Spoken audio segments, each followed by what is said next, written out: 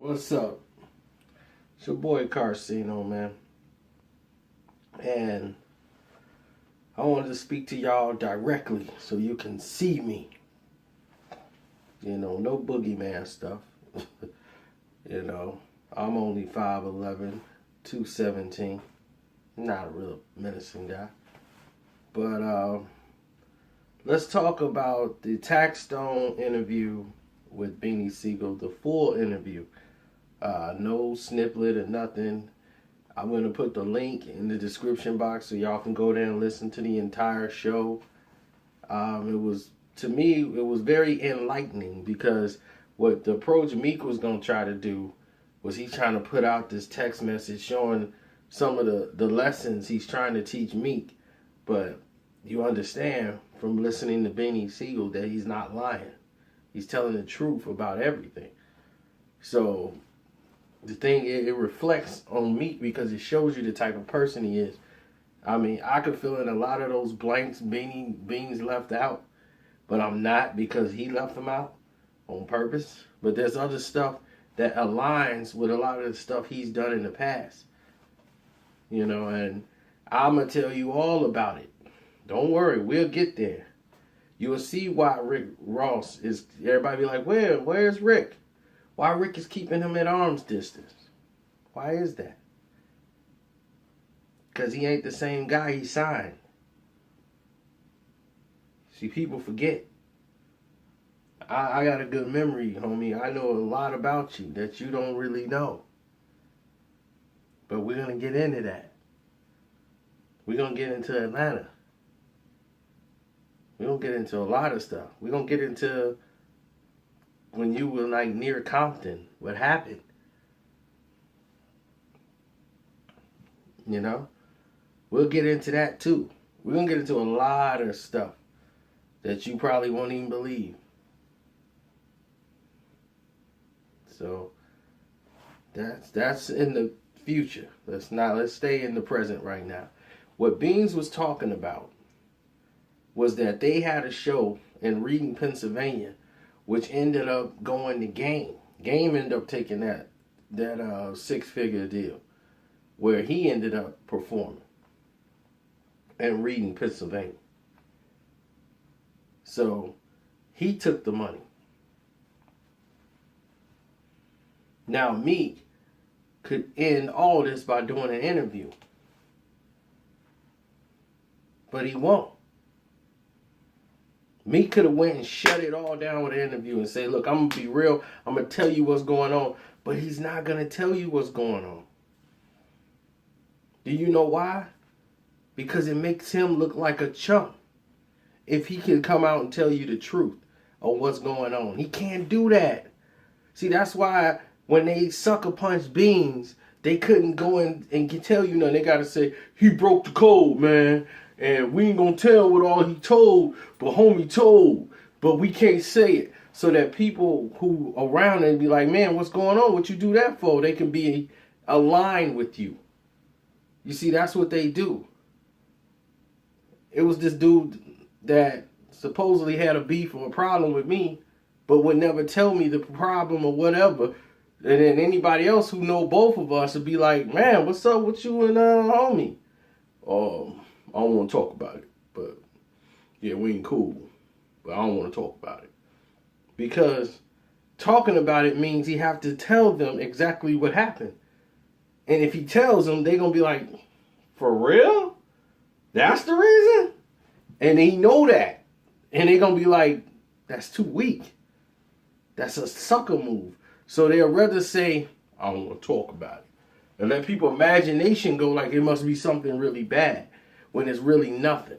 And they just were looking, they know what they did was foul, so they looking for a way to cover their tracks. So, every move they've done have not worked or backfired. And they saying, you taking up for Beans. No, I understand Beans. We come from the same school. Don't you get it? We were here before the internet. So we're not brought up under this internet rule stuff. We play it for real. Which means that When you say it, you mean it. And if you ain't being correct, and if you got a problem with somebody, you address it right then and there. So you wanted to know, why did he go over to Game's side? Or he didn't go over to Game's side. He spoke to Game to make sure everything was 100 with them once Meek told him to fall back. He told you that, and he got the text to prove it.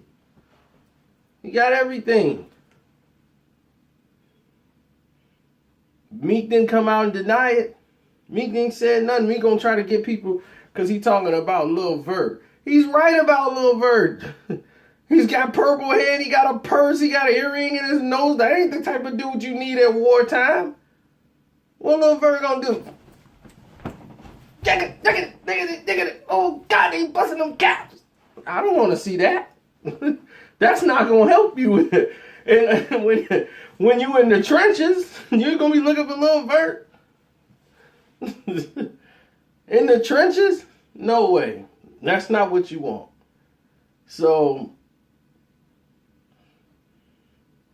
you know, you dealing with somebody like Beans. Like he said, it's the truth. His name is solidified. He put Philly on his back. All these guys had an opportunity to eat because of Beans. And then tomorrow, well, Beans stole money from us. Beans ain't stole no money from no ocean. These people just want to come up with any little thing they can to try to justify running behind Meek Mill. It's like, stop it. You down 89-0 in the fourth quarter. It's safe to say you're not going to win the game. You know, it's over. Okay? Try something else. Because this ain't working, bruh. It ain't. You know, I just give people a dose of reality, the truth. See, people want me like, you're being biased. Tell both sides. The truth is one side, baby. It's one side. That's just the way it is. It's straight down the middle.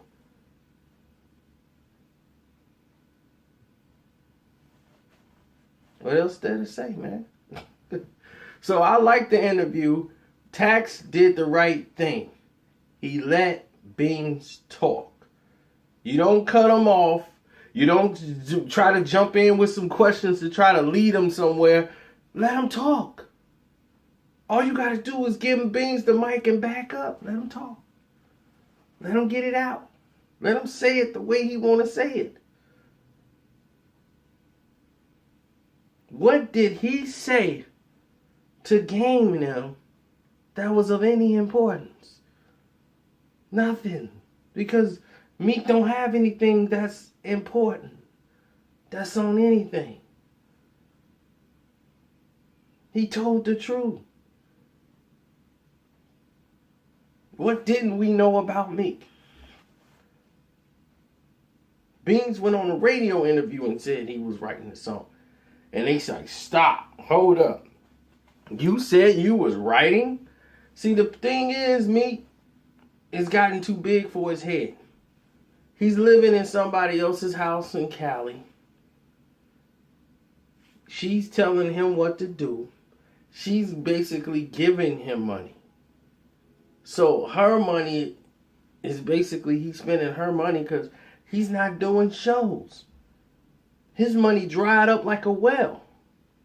If it wasn't for Nicki, he's still on that tour money. He wasn't doing those shows.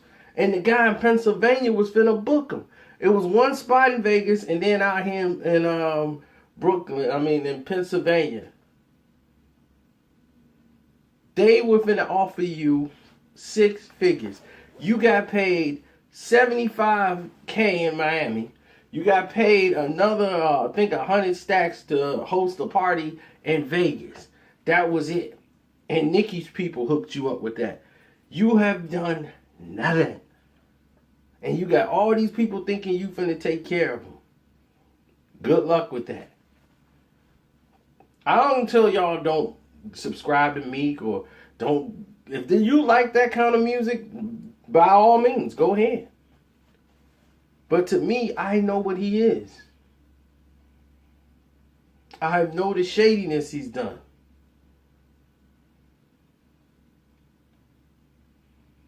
In the Atlanta situation, you are very lucky to be here. That will be explained later on in the future.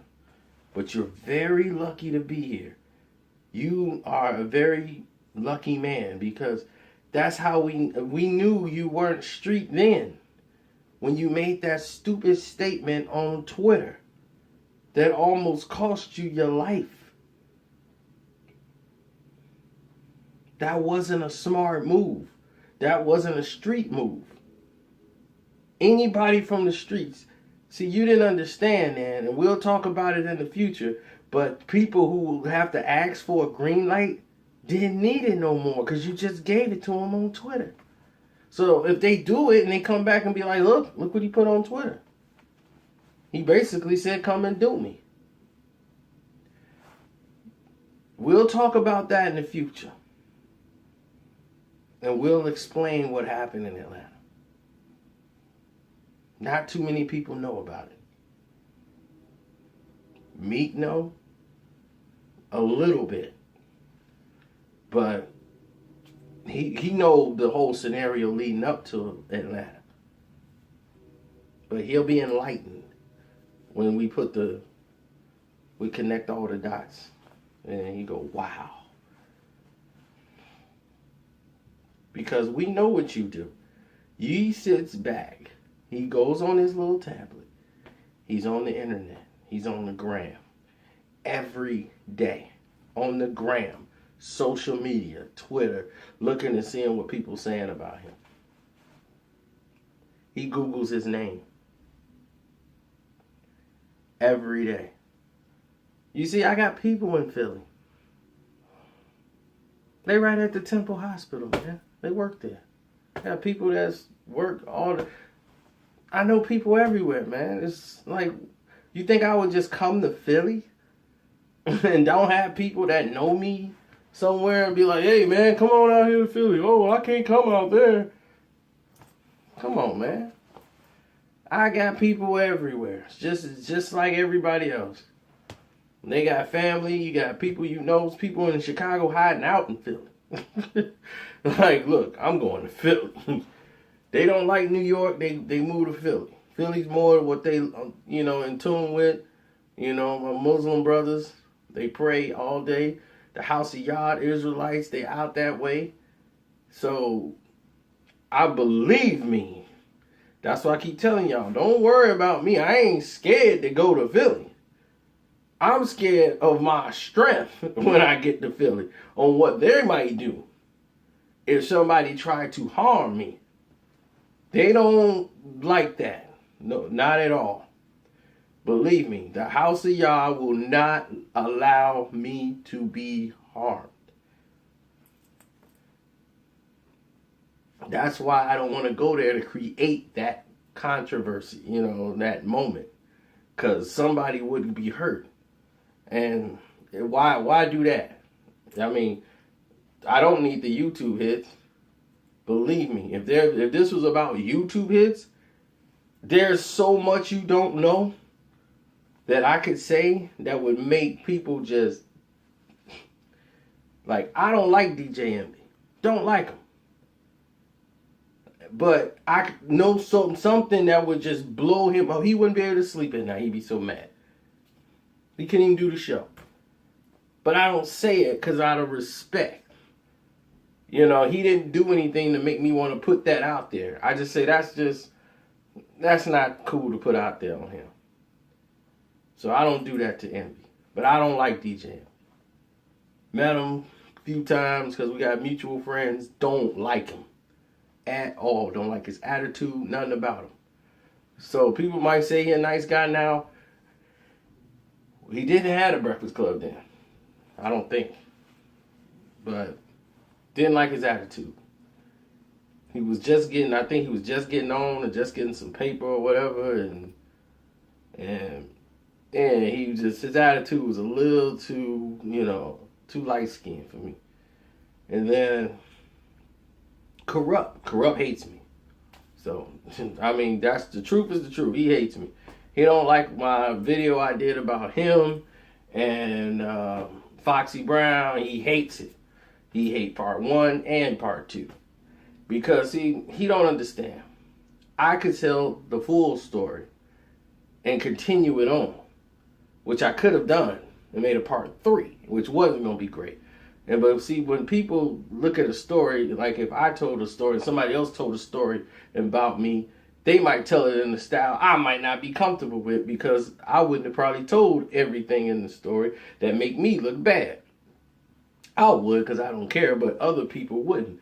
They probably like I got a rep. So I'm going to omit that part out. But, I thought we both came to an agreement. I'm going to tell it to you straight. But I thought I did it in a very professional way.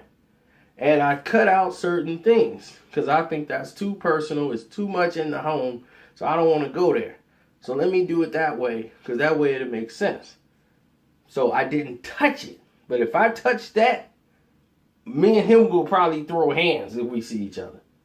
And I'm a fan of Corrupt. That's the part that sucks. It's like I be at war with people I'm fans of more than anything, except for Meek Mill. Never was a fan.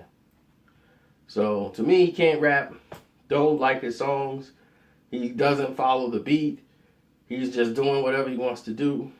And I don't know what you said, but I did say, and I told y'all 1,000 times, I don't care that he got a ghostwriter. It's the best move for him because he sucks.